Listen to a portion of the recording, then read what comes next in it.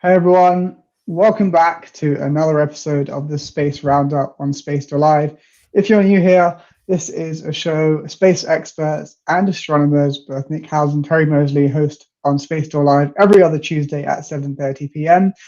And they bring you the latest and greatest of space news from across the universe. Remember, we're now live on all podcast platforms, so go ahead and search for Space Door on Spotify, Apple Podcasts, and the rest if you want to listen to us on the go. But a very warm welcome to Nick and Terry for tonight's show. How are you guys doing? Very well. Pretty good. Awesome. Well, I hope you guys enjoy it. It's going to be another cracker of a show, and I hope everyone enjoys it. Well, what a week again. It's been a good one. No fake doctors on this show, by the way. Just want to put that one out there. It's been a pretty amazing week again in space. There's been lots going on social media, but we won't kind of cover that because there's ongoing stories there. But we are going to cover some of the really interesting stuff that is going on up in space right now. One of the big ones at the moment that Terry and I have got a big keen interest in for various reasons, and we're going to spend a bit more time on this one, is it's a lot of associated issues. So a joint Anglo kind of Japanese and various other nations involved as well mission called ELSA-D. So any fans of the movie and book Born Free will know that Elsa was the big lion. This isn't Elsa the lion. This is an on-orbit debris removal system. It's a technology demonstrator.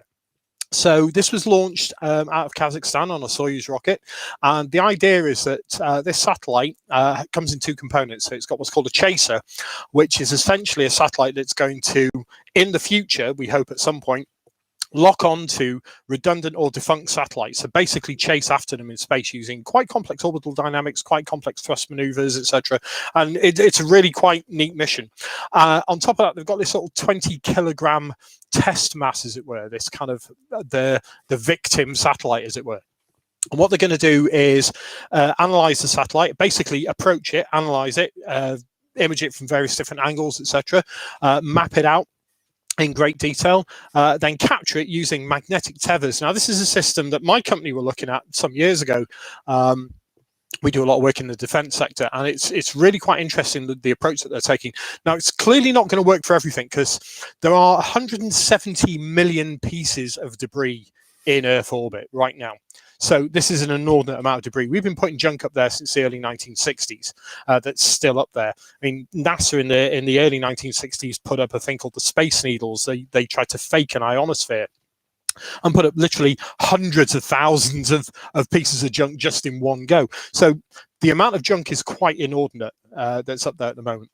Some of it is things like paint flecks, bits of gloves, old kit bags, you name it, going back to the Gemini. If you remember Ed White's famous first US astronaut EVA spacewalk, and you can see a glove kind of floating out of the Gemini capsule. All of that stuff is still up there. There's so much of it. So solving this debris problem is becoming more and more of an issue, and lots of space companies and space agencies, European Space Agency are putting a lot of effort into, how they can mitigate this risk, because it's becoming more and more and more of an issue all the time. Only this week, and we'll be talking about that in a minute, more satellites have broken up. So the ELSA-D mission ideally is this technology demonstrator. Now, whilst I absolutely love the technology behind it and the complexity of the technology, it's not enough. It really isn't. This is a mission that is essentially what I call a one-to-one mission. So they're going to send up one satellite, which is going to be able to deorbit a piece of junk. Now, potentially in the future, if they use this magnetic tether system, they could have one to maybe a few. But there are, as I said, 170 million pieces of debris in orbit. Right now, there are 3,372 active satellites as of the last count. And that number is increasing all the time. The likes of SpaceX sending up what they call mega constellations. They're launching literally hundreds of satellites at a time. The Indian PSLV is able to launch more than 100 satellites at a time. So you've got SpaceX, you've got OneWeb, which is the UK government-backed thing with SoftBank in Japan. where they're planning on anywhere between 650 and 900 satellites for internet and communications, much like Starlink. On top of that, you've then got Amazon's proposed project, where again, there's going to be hundreds, if not thousands of satellites in orbit. And then you've got whatever China do and whatever Russia do on top of that. So worst case scenario within the next 10 years. Now, bearing in mind, there are 3,372 satellites active right now in low Earth, medium Earth, and geosynchronous geostationary orbit. That number could increase by a factor of 20. I mean, we could be looking even more. We could be looking at anywhere up to 100,000 satellites in orbit. Now, these things fail all the time, as we're going to talk about in a short while. Starlink themselves, they've got anywhere between a 2 and 5% recognized known failure rate. Now, the thing with Starlink is the orbits are relatively low in some cases, so they should deorbit quite quickly. But some of these satellites are in quite high orbits and won't deorbit quickly. OneWeb, for example, is not going to deorbit quickly if something goes wrong, any of those satellites. So whilst ELSA-D and the experiments that were done by SST-ELSA satellites a few years ago with their SpaceNet, which was not a bad idea, the Harpoon, completely stupid idea, are admirable in many respects, it's not going to solve the problem. And the problem is only getting worse. And if we go into our touch on our next story, as it were, a little bit, which is the NOAA-UNI breakup. So what you can see there is the kind of image of the ELSA-D, which is a really beautiful satellite, and they've got quite a lot of mission success already from it in terms of it's deployed its solar panels. The mission operations control room is actually based about 30 miles from my house up in a place called Harwell in Oxfordshire, which is a space cluster kind of for the southern region of the UK. It's about 140 companies based up there, and they do have a mission operations control center. So they're running this mission out of the UK, which is absolutely fantastic.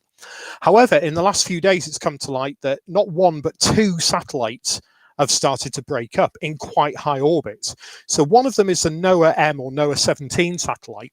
Now, this is American weather satellite. NOAA satellites, if you've got what's called an SDR rig, which is a software-defined radio system, you can get these for a few dollars. You can pick them off eBay, plug them into your laptop, connect it up to an aerial, and you can listen into satellites. You can listen into shortwave, long-wave radio transmissions, satellite transmissions. There's fantastic software, again, free on the internet, that lets you downlink the data from the satellite as well. So you can pull images from these NOAA satellites. So if you're into amateur weather forecasting, you can get images from space onto your laptop, which is really, really quite cool. I do it a lot at home. I've got an SDR rig connected up to this laptop here, and I listen into various satellites and get battery statuses, what's called telemetry data, so the kind of health and status of the satellite. And it's great when it's cloudy and you'd think, I need my space fix. I'm going to do that. I'm going to listen to some satellites, and the noise that they make are quite amazing as well when they're passing over, and you can hear the Doppler shift, and it's all really interesting. So this NOAA satellite has been up for quite some time. It's gone over its life expectancy, and it was decommissioned. Something's happened to it in the last week. So this once size of an SUV satellite, so this thing's about 18 feet by 10 feet by 8 feet in terms of diameter. So meters, you're looking at about 6 meters by about 3 meters kind of size. So it's a big satellite. So this once whole NOAA satellite is now in 16 trackable pieces.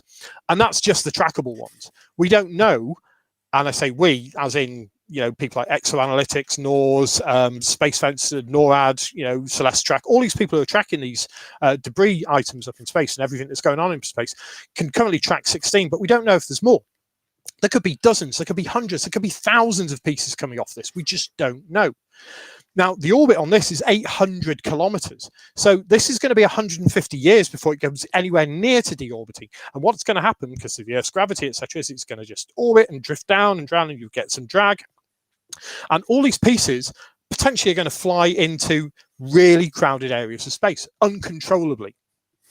On top of that, China's satellite UNI 102 has also broken up in the last few days.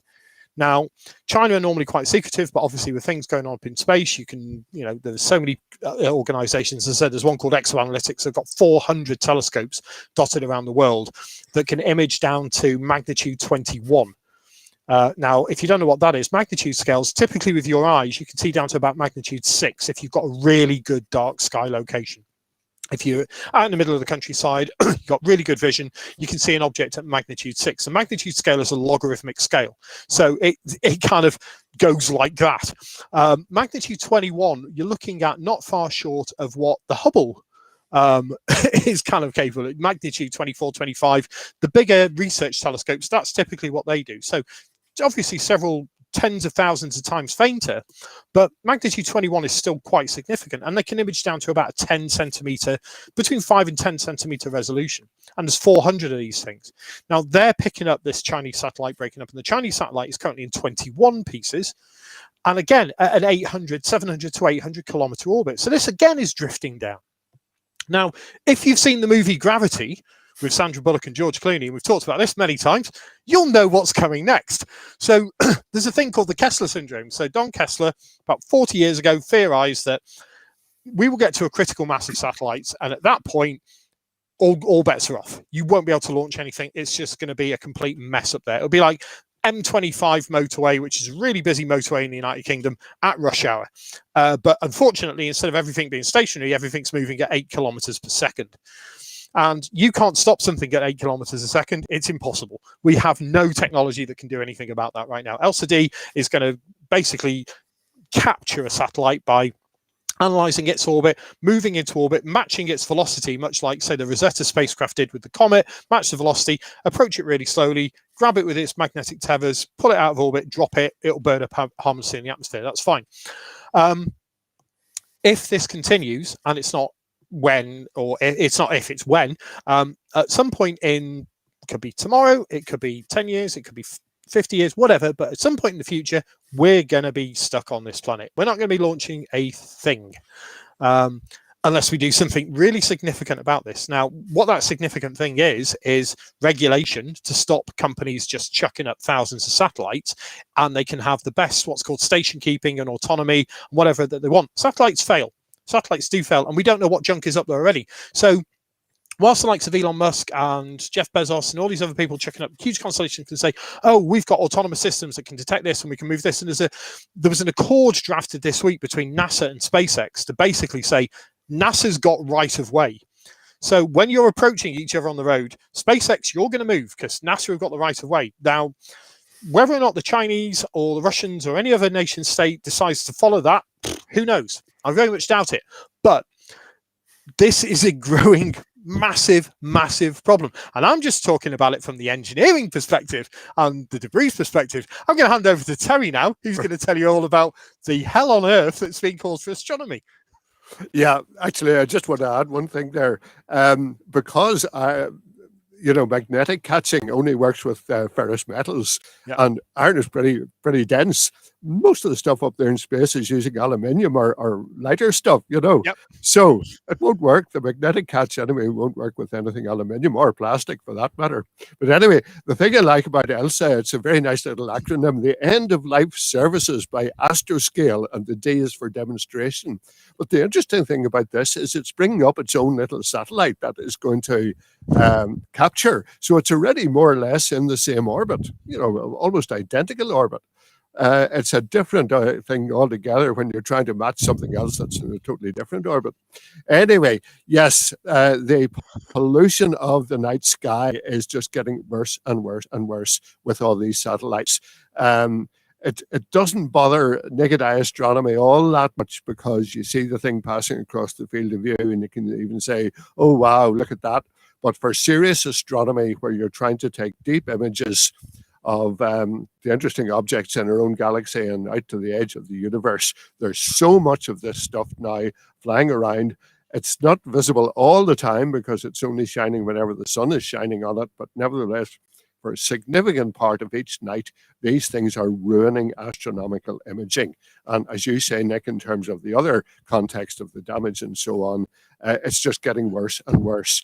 And it doesn't really matter whether there's one piece of debris flying across your field of view or 100. They're all going to be ruining the image in terms of what you're trying to image. And just going back to the Kessler Syndrome, some people have conjectured, and I sometimes think of this myself, that one of the reasons we haven't been visited by aliens is that they're all stuck on their own planets because there's so much debris orbiting that they can't venture out into deep space. Don't tell that to Captain Kirk, but anyway. It's interesting. I mean, I keep saying that it's going to need a catastrophe to make people wake up to this. Yeah. And with the plastic in the oceans, the catastrophe wasn't so much people didn't recognize it. It was the fact that, you know, Sir David Attenborough, who is, for anyone who's listening that's not in the UK, he's a kind of icon of, you know, environmental broadcasting. He's been doing it for decades on the BBC. Really amazing, very well thought after. He's in his 90s now, incredible man in terms of, you know, the love he has for the natural world and the natural environment. And he kind of picked up a few years ago on the whole issue of plastic in the oceans. And it really then started to impact people, and people started to become more aware of it and think about it. And large companies, you know, the likes of Starbucks, etc., who were chucking plastic straws out like nothing on earth. And if you look at most of the pollutants in the world that are in the ocean, they're coming from about 5 or 6 different river systems, like the Ganges, for example, where people are just dumping stuff into the river, and it's coming out of the river and it's just floating into the ocean and then washing up wherever. And they've found this on the most remote atolls in the middle of the Pacific, like literally islands of debris, of plastic, and obviously the harm to wildlife. And I think that really hit home when Attenborough picked up on it and did, you know, a big TV series on it that focused on it, and people went, oh, well, this is really bad, and I'm not going to go to Starbucks anymore because they're using plastic straws. And when it started hitting these companies in the bottom line, then they said, okay, well, we're going to make paper straws, and we're going to do this, and we're going to become more environmentally friendly, and that's fantastic. That it had that impact, and we only hope that some of the developing world countries, the likes of China, India, etc., really do latch onto this, because we've got one planet. This is it. This is our one ball, and there's already 8 billion of us on it, and we're already struggling with things like pandemics. So we really don't want to mess it up anymore. And the problem you've got with plastic in the oceans, it drifts in the ocean at about 4 to 5 miles an hour, kind of ballpark. That's great, and you can see it, and you can fish it up, you can get nets, you can do what, but something 62 miles above your head or higher in space, traveling at 8 kilometers a second, you can't do anything about. And most people don't care because they don't see it. They don't know anything about it. So it's not a problem. The time when it becomes a problem for everybody is when all the communication stops, when your entire defense system stops, so you can't defend your nation because you've got no ships, you've got no air cover, you got nothing, when your planes stop flying, when your telecoms, when your Facebook, as they said in Gravity, when North America loses Facebook, that's when people are going to care. That's when things are going to get really bad. And until that happens, or God forbid, I mean, the worst possible case scenario is that people will die. So we've got an increasing number of space tourists planned over the next 10, 15 years, you know, between Virgin Galactic and Blue Origin. Okay, Blue Origin are suborbitals, so they've got a few minutes in very low Earth orbit, not even in orbit, they're just going up and down, but very low kind of space. Virgin Galactic a little bit higher, but within the next 10, 15 years, you're going to be having orbital space flights. You know, they're already talking about sending Tom Cruise to the International Space Station. Can you imagine Tom Cruise is on the ISS and it gets hit by a piece of debris and the ISS gets wiped out? That's not only $200 billion worth of space station, the size of a football pitch. This is catastrophe. I mean, maybe not for Tom Cruise fans, or I don't know, but this is a really bad thing. And then I saw some absolute bonkers idea of building this massive donut-shaped space hotel. It was like something out of 2001. And I just thought, why don't you just paint a big target on it and just be done with it? Because this thing's huge and there's so much junk up there. What are they going to do? So good luck, everyone. Working in the space sector and working in space engineering, this is a nightmare. This is a real problem. And I can only encourage anyone listening or anyone who's remotely interested to start talking about it, because unless we all start talking about it, nobody's going to do anything about it. And as I said, hat tip to the ELSA-D team and Astroscale. Fantastic work that they're doing. And I know some of the people at Astroscale, I really admire them, really admire their achievement here, but it's not the answer. We need a much bigger answer. Anyway, moving on to our next story, and over to Terry. Right. Back to our old friend Oumuamua.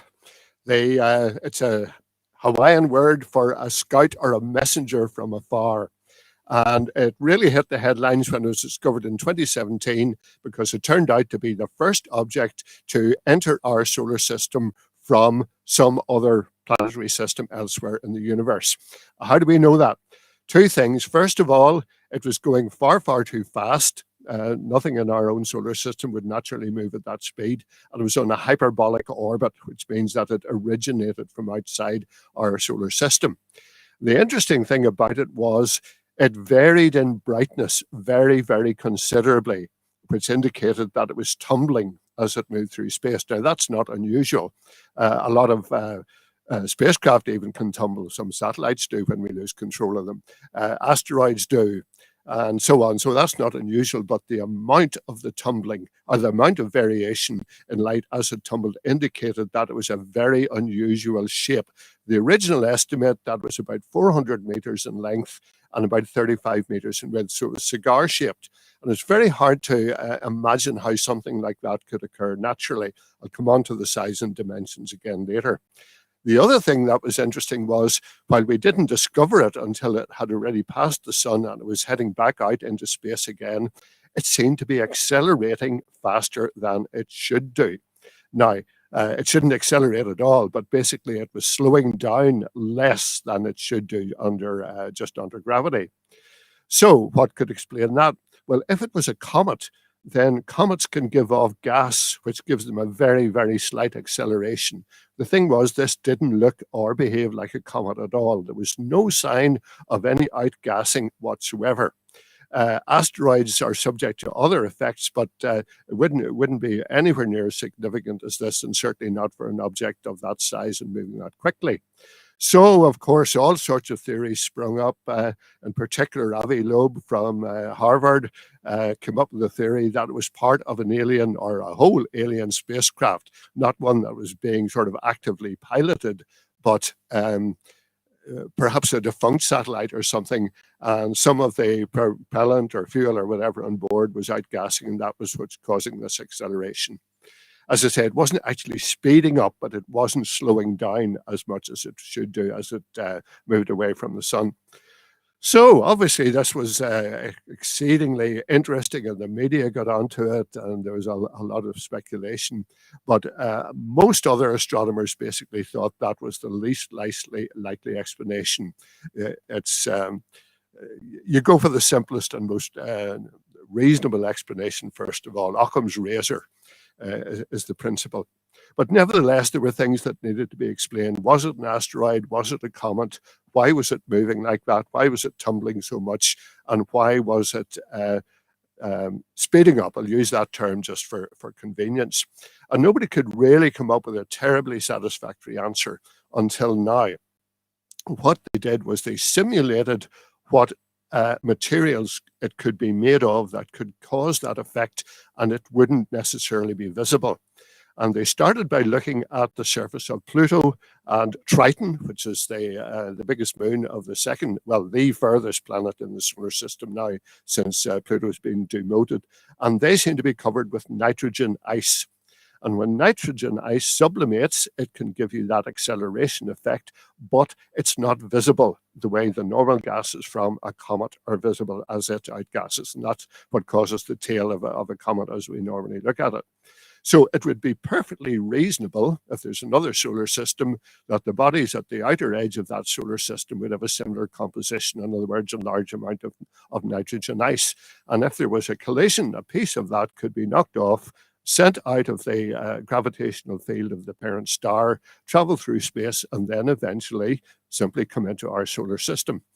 And all the simulations that they did with how it would behave seemed to fit. And it also tends to explain the rather unusual shape.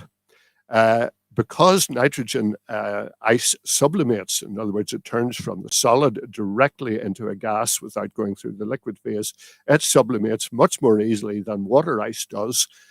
So it would be enough to give this acceleration effect.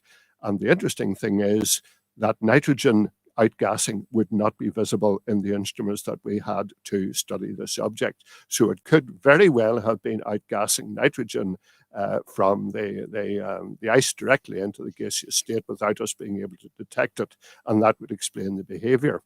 Also, because nitrogen ice isn't quite as reflective as water ice, the object didn't have to be as big as we thought it was. Remember, we didn't actually see this. We were simply estimating its size from its brightness. So the original estimate was basically that it was the size of a big skyscraper. But since nitrogen ice is not as reflective, that means it's more reflective. That means it could be a lot smaller.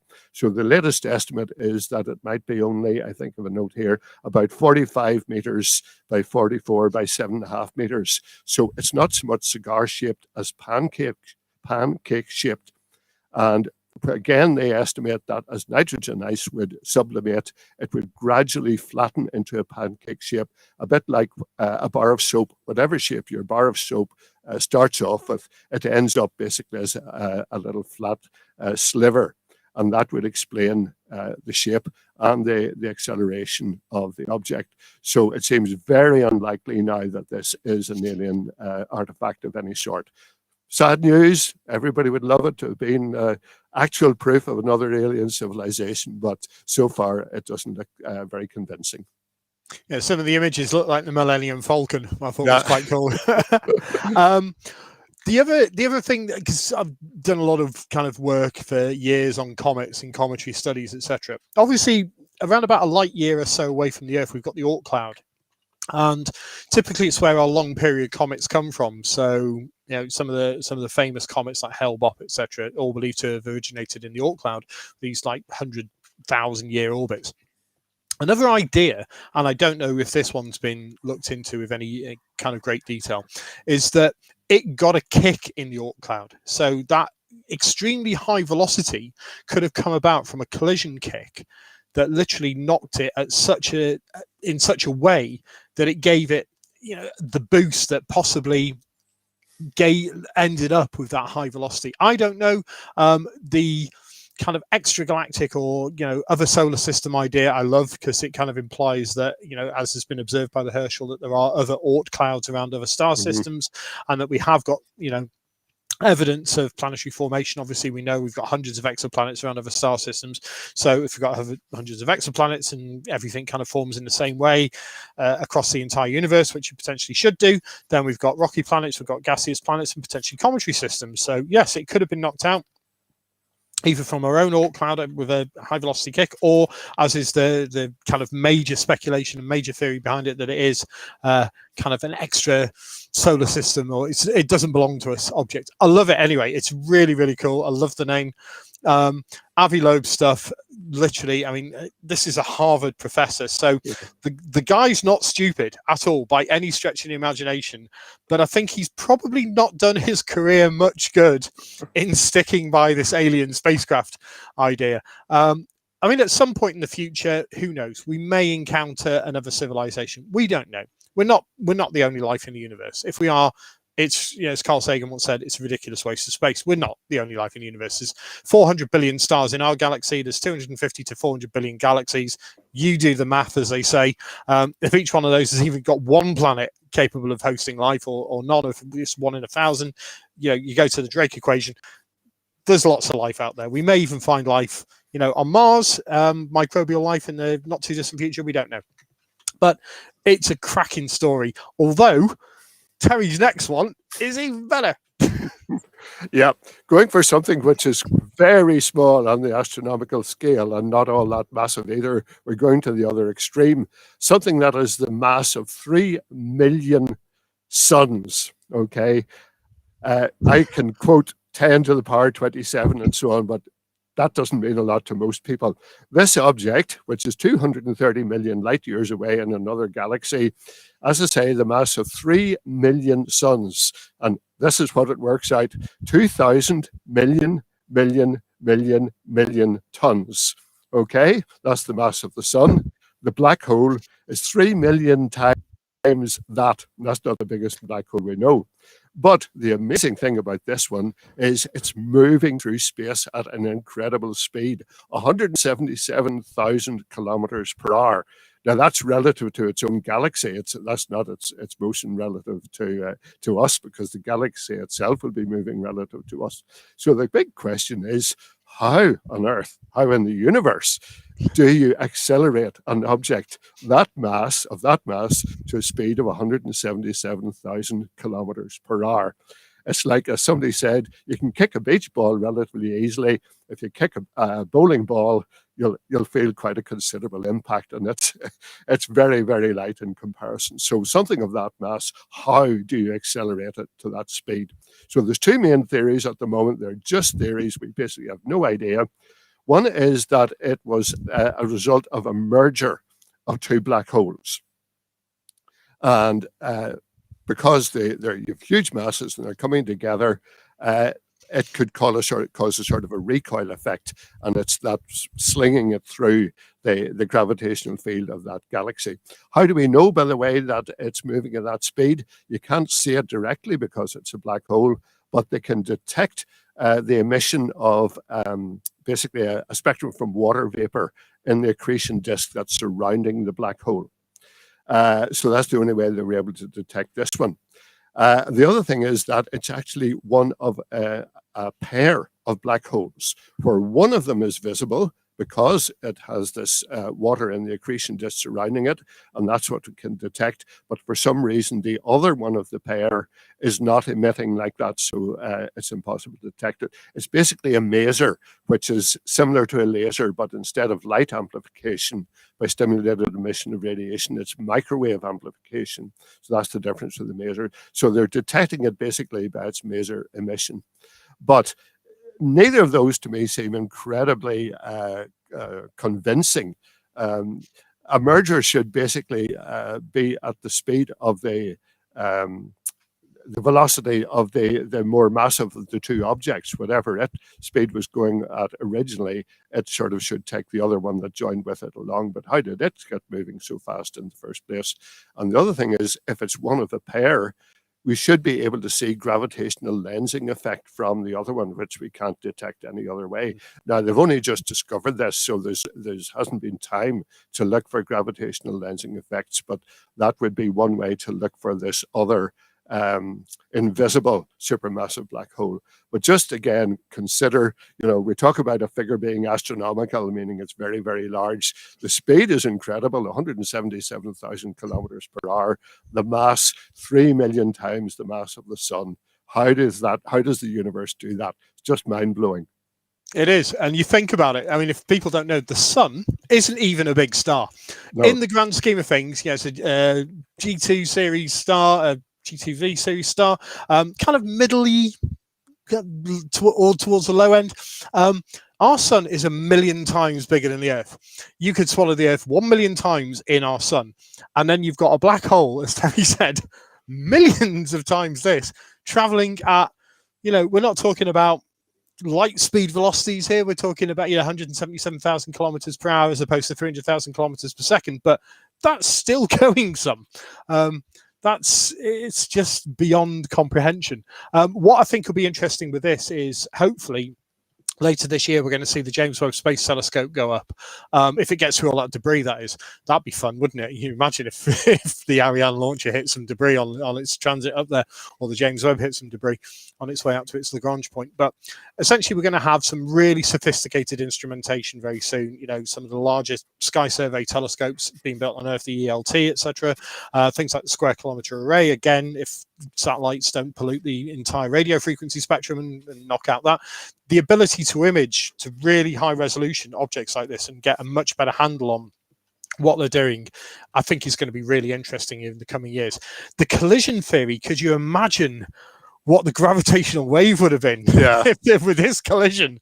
I mean, this is the great thing. They only in the last few years with the LIGO instrument, and there's plans with the European Space Agency's ELSA mission, which is just incredible. I mean, basically, if you don't know, gravitational waves, this was theorized by Einstein in the theory of relativity, where essentially you've got this rippling effect due to the curvature of space-time. And if you have two black holes or two supermassive objects which collide, essentially it's like dropping a pebble on a pond.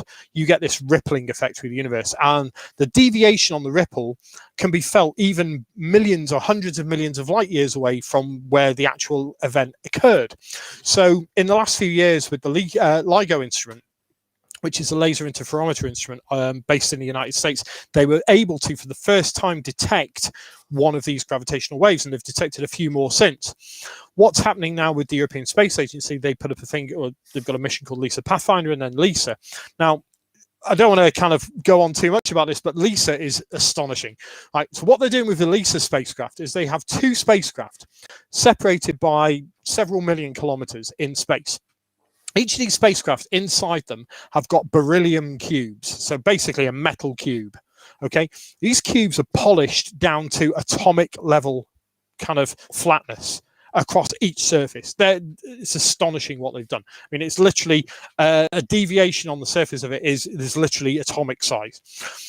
These are left to then free float inside the spacecraft. And what they do is they fire a laser beam between the two. Now, essentially, when you've got these two perfectly flat cubes, you've got a laser beam bouncing between the two. Any deviation in the space-time of the universe, as it were, this kind of this gravitational wave effect will cause a deviation in the laser beam, the reflection on the laser beam.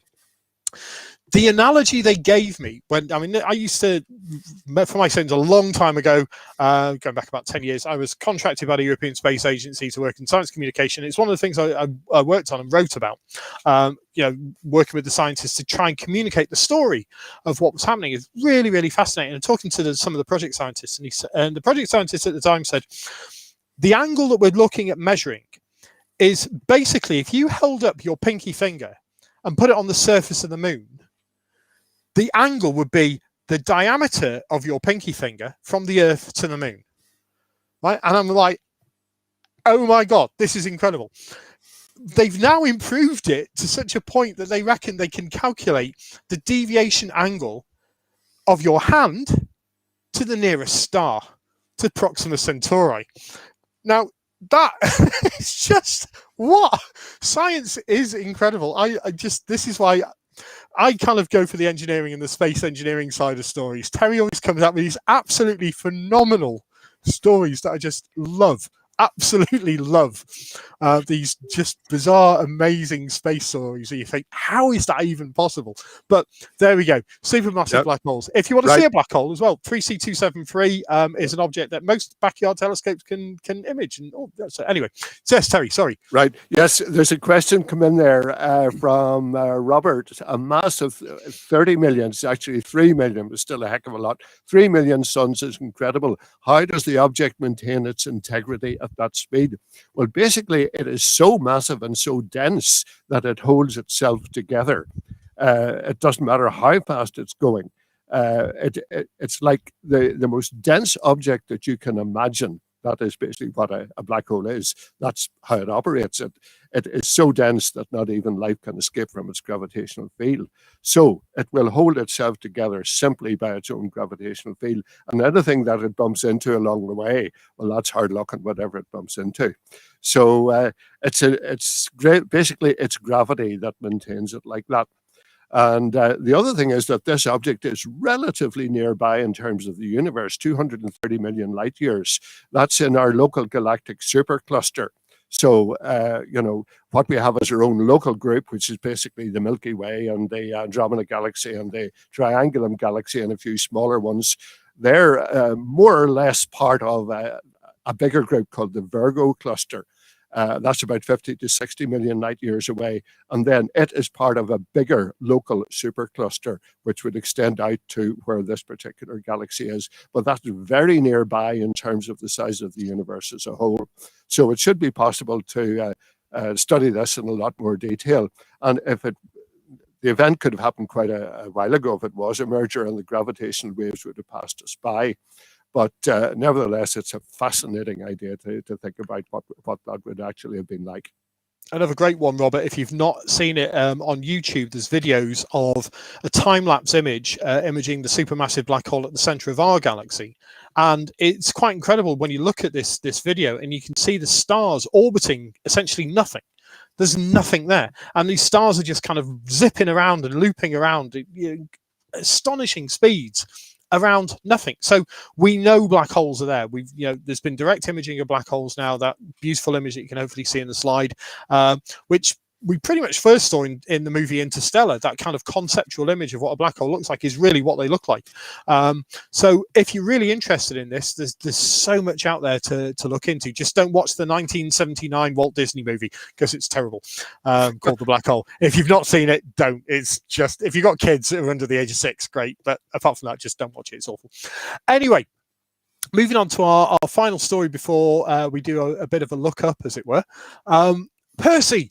So Perseverance has now been on the Martian surface, and all the massive hullabaloo has kind of died down a little bit now, and everyone's, almost forgotten that it, did the most incredible landing for the second time ever, and they'd hidden secret messages in the parachute, and the sky crane worked, and everything's been completely nominal and perfect. And the sound, I don't know if anyone managed to listen to the sound that's been broadcast now from the microphones. It sounds like that thing needs some WD-40. It really needs a bit of a service. It sounds like it. It's clanking away, and all the electronics, it's fantastic just to hear a rover moving on the surface of another planet. But this kind of struck me today. On the rover, on Perseverance itself, they have this small helicopter called Ingenuity. And essentially, this is kind of strapped to the bottom of the rover. Now, in the last week, they've dropped away the cover that kind of protects it as it was coming into land, etc. And they've pulled away the cover, and they've dropped that on the ground. And there's some great images of that you can see there, one of them. And you can see Ingenuity underneath the cover. I was thinking about this today, thinking, right, so there's a 1 kilogram helicopter with 4 rotor blades that is strapped to the underside of an SUV-sized rover that managed to land in the most complex way imaginable on another planet that's currently tens of millions of miles away from Earth. And what they're going to do is they're going to drive for a few days to their launch site, drop the helicopter onto the surface, and by drop it's at a 90-degree angle at the moment, so it's going to have to drop down, unfurl, etc. Then the rover's going to drive away. Then this thing, don't forget the light travel time, you're looking at tens of minutes return light travel time. So it's not like somebody is at JPL with a little like Xbox controller going, oh, I'm going to fly. This drone's got to do it all autonomously.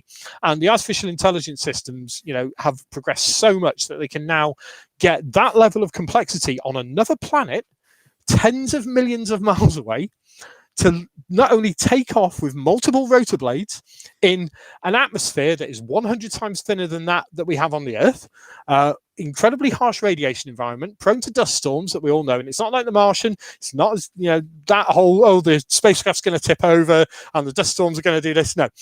A dust storm and a really ferocious wind on Mars would be like a breeze on Earth. That's the reality. It's one of the big kind of misnomers in the movie The Martian, but it's really good fun. But this thing's going to take off, it's going to fly around, probably image the rover, probably image its surroundings, look at optimal rover tracks for the rover to spend the next however many years until its RTG, its nuclear power source, runs out, investigating, and then land. And it's got this whole landing site mapped out and almost like a fly zone. And as it's a test, if this is successful, then the next thing probably going to Mars will be something far more sophisticated that should be able to venture over vast swathes of the planet. And can you imagine flying through things like Valles Marineris and Mariner Valley, which this thing's the size of the United States? If you've ever been to the Grand Canyon is a tiddler. I've been to the Grand Canyon and it's just mind-blowing to look at. But then the Mariner Valley, named after the Mariner spacecraft that discovered it in the late 1960s, early 1970s, Valles Marineris is absolutely gigantic. I mean, it's literally the size of the US. Can you imagine a rover or a helo or a drone even just flying through that autonomously and capturing images? And hopefully, not long after that, humans on the surface of Mars by the mid-2030s. Who knows? We've got plans. Obviously, the European Space Agency are following on this mission. This is going to be caching samples, the sample return plan to get samples back to the Earth by the early 2030s.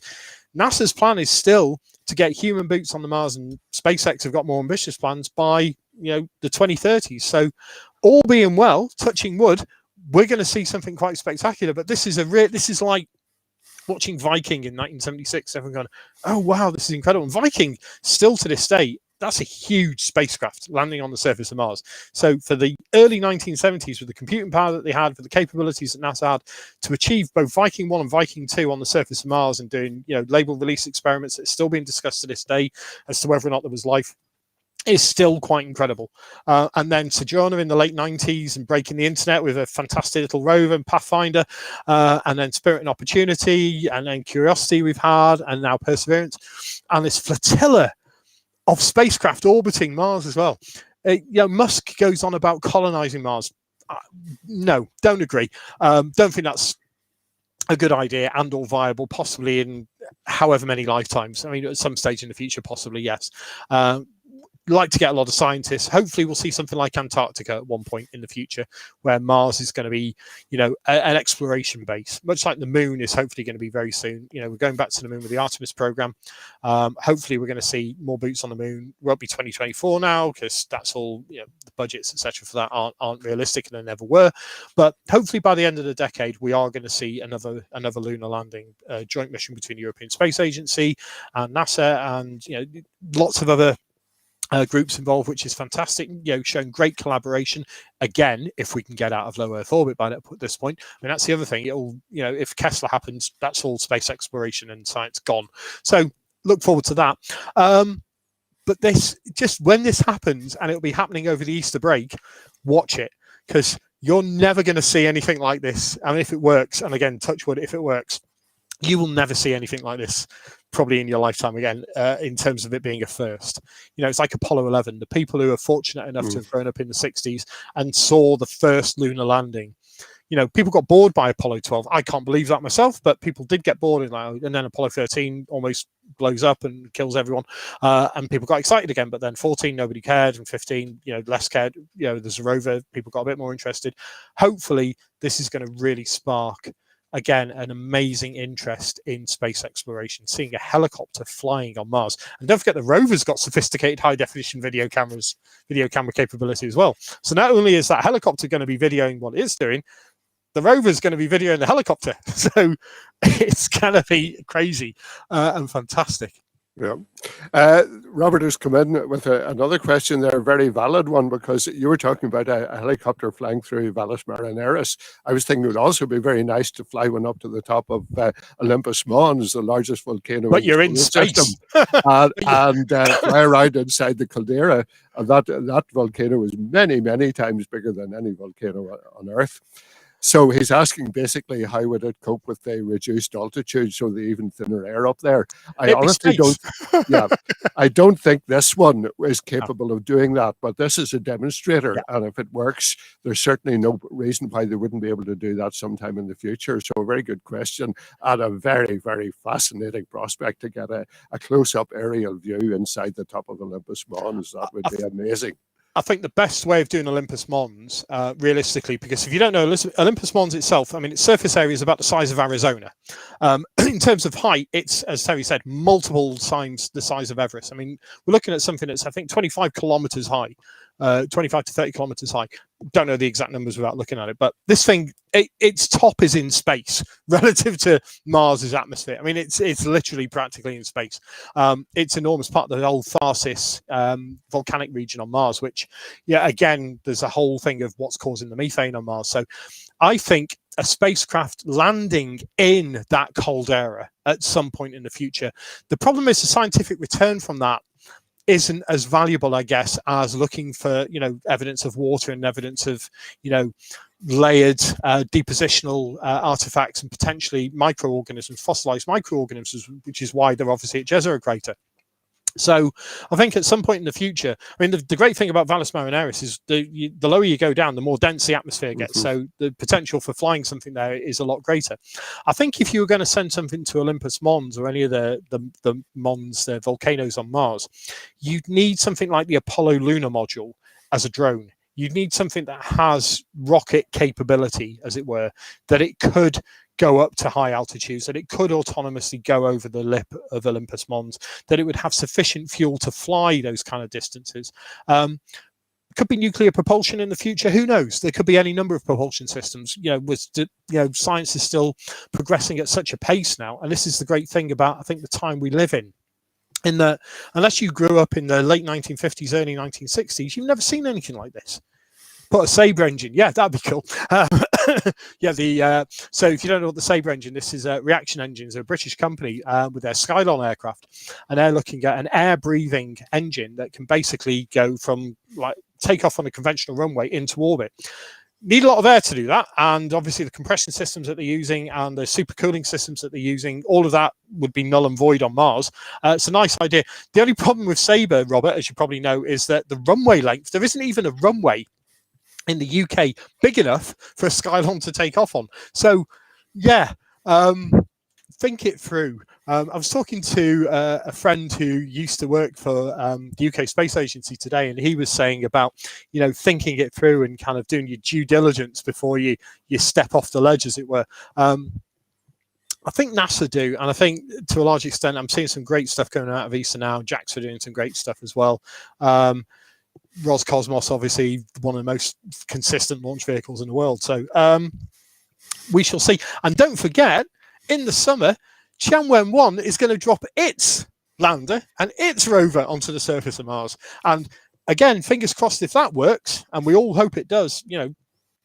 Observations of what's happening in China with the political situation aside, their science teams are brilliant, and the UAE are taking even better images literally by every week when they're changing their orbit of their spacecraft orbiting Mars at the moment. So there's a lot going on. Mars is so fascinating. It's the subject of a really good show I was listening to a few nights ago with a dear friend of mine, Mark McGoughan from the European Space Agency, and he was chatting away about Mars with a few other people, and it's a fascinating world, definitely. Anyway, so we're running a little bit low on time. Our hour is nearly up. I'm going to hand over to Terry for what's up in space. Right, 4 things. I'll mention 3 of them and keep the best one to the last. First of all, there's a nova in Cassiopeia, the constellation of Cassiopeia, near the border with Perseus. You're probably going to need binoculars to see it, or a telescope. Me trying to describe the position to you will mean nothing. You basically need to look it up on the internet, get a star map, and find it. And a nova is basically a star, not a new star, which is what the name implies, but it is a star that has undergone a significant explosion, not as big as a supernova, and increases in brightness by a factor of thousands to tens of thousands. And whereas it was formerly a very, very faint star, it suddenly becomes bright enough to be seen. They occasionally get bright enough to be seen with the naked eye. The last one that did that well, easily visible as the naked eye, was 1970 in Cygnus. We haven't had another really good one since, but that's interesting to see. The Lyrid Meteors, one of the main meteor showers of the year, they will reach maximum on the night of the 21st to the 22nd of April.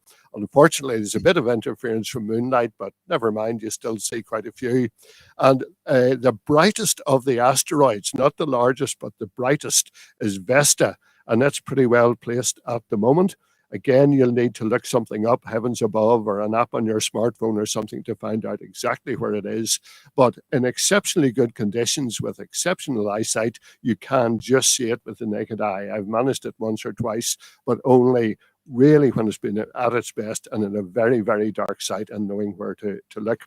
And finally, the best of all in terms of what you can see with the naked eye is the International Space Station, which is doing a series of evening passes over the UK and Ireland up until about the 6th of April. Some very, very good ones at the moment. 17,500 miles an hour, an object the size of a football field, continually, I'll say man just for convenience, forgive me any ladies who are listening, you know what I mean, continually crude maybe is better, the best way to put it. And it goes around the Earth basically once every 90 minutes. A lot of people ask, why is it not visible all the time? You can see it sometimes for a period of a couple of weeks and then it disappears again. Are they changing the orbit? And the answer is no. To a degree of simplification, the orbit is more or less fixed in space relative to the stars or relative to the sun, although it has to change its orientation so that the solar panels are continually pointing at the sun. But what's happening is it is going round and round and round in more or less the same orbit, but the Earth is spinning underneath that orbit. So it's the Earth that is moving relative to the International Space Station in terms of how it passes over a different part of the Earth each time. Basically, every 90 minutes, the Earth rotates 15 degrees every hour, so it's 15 degrees plus 7.5 degrees.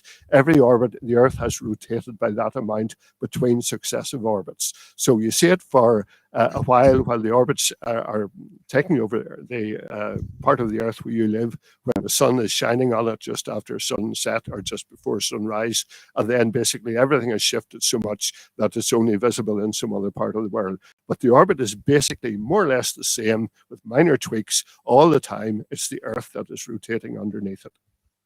Fantastic. On that subject, actually, it's going kind of back to films. It's one of the reasons why the movie Gravity is 90 minutes, because that's an Earth orbit in terms of duration. Somebody's mentioned in the chat, and it's a very good point. We were talking about Apollo before, and the lunar module and the whole concept. It's worth noting that this week NASA and the world lost one of the true greats of Apollo, and this one hit me quite hard, actually, because Glyn I've met a few times, and I know many of his colleagues really well, people who work with him, and speaking to them earlier this week, people like Cy Liebergott, Chuck Dietrich, Jerry Griffin, etc., fellow flight directors and controllers. The warmth and the affection in which that man was held is quite incredible. And if you've watched the Disney recreation of The Right Stuff, Glyn Lunny's there literally from day one. He was taken on by Chris Kraft of the initial Space Task Group, etc., and is generally regarded as one of the most brilliant flight directors you could possibly imagine. If you've seen the movie Apollo 13, he features a little bit as an actor called Mark McClure plays him, and he's not really in the film very much. He's in it a little bit, which is a real shame, because talking to Chuck and Cy and the various people who were there on Apollo 13, who were actually there, not pretended to be there like certain people I could mention, but were actually there on Apollo 13 and did such incredible work, between Chuck and Jerry Bostick calculating the free return trajectory, etc.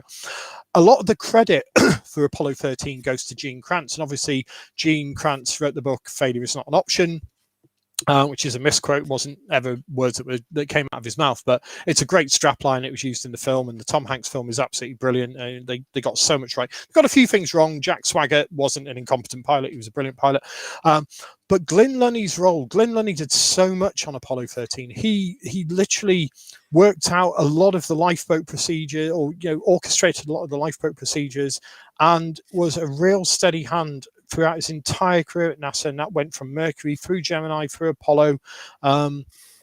Real legend in the spaceflight community, and I, for one, will raise a glass. I did raise a glass, and I'm going to raise another glass. And next time you look at the moon, just think of people like that. We're losing more and more of our heroes, literally every day, every week. And this pandemic's taken a few as well, and we've lost astronauts, we've lost flight directors, flight controllers, lots of people. These are the last people who remember the greatest technical achievement in human history. So we mustn't let their memory or their name ever slip from us. So Glyn Lunny, wherever you are, if you're up there with the rest of them, I hope you're looking down and just realizing how much love you had and still will have, until everybody forgets about Apollo in 1,000 years or whatever, from the entire space community. He was a remarkable human being. On that slightly sad note, but it was a great summary on the look up for Lenovo, definitely. We're going to be taking a little bit of a break over Easter because everyone's zoomed out. We've been a year now in lockdown. I got my jab the other day. Yay! And I get my next one in about 10 weeks. I think you've probably had yours, Terry? I've had my first one, still waiting for the second. So we're all getting very excited about actually being able to meet up, hopefully in the late summer. So, and do a show together, actually in the same room, which would be really quite cool, maybe from the Harwell campus. But just to say again, a massive thank you to our incredible friends and hosts at the Space Store. They are just brilliant. They have been so supportive of our little radio show here, where we have, I think it's 417 subscribers now, which is really great. And we have, a few dozen or however many people, or 100 or whatever, watching us live, and then people watching us on Catchup. So that's always wonderful. Hopefully the Space Store itself, which is in Didcot, will be opening up in some capacity in the coming months. So please visit them. Great bunch of people. They've got some great fun stuff. Great for kids in particular. And we're just really looking forward to being able to possibly do this like together. So I love going over to Ireland. Terry knows that. And there's events like Skellig and Queen's University in Belfast, and the whole of Belfast is amazing. So, and Terry knows he's always welcome over this side of the aisle if he can get in with Brexit. Don't start. Yeah, we'll have to charge import duty on Terry. But seriously, thank you to everyone who's interacting on the chat, everyone who listens. We really, really do appreciate it. It's a humble little thing. We're not going to change the world. We're not twerking. We're not getting a gazillion views because we changed our lipstick on Instagram.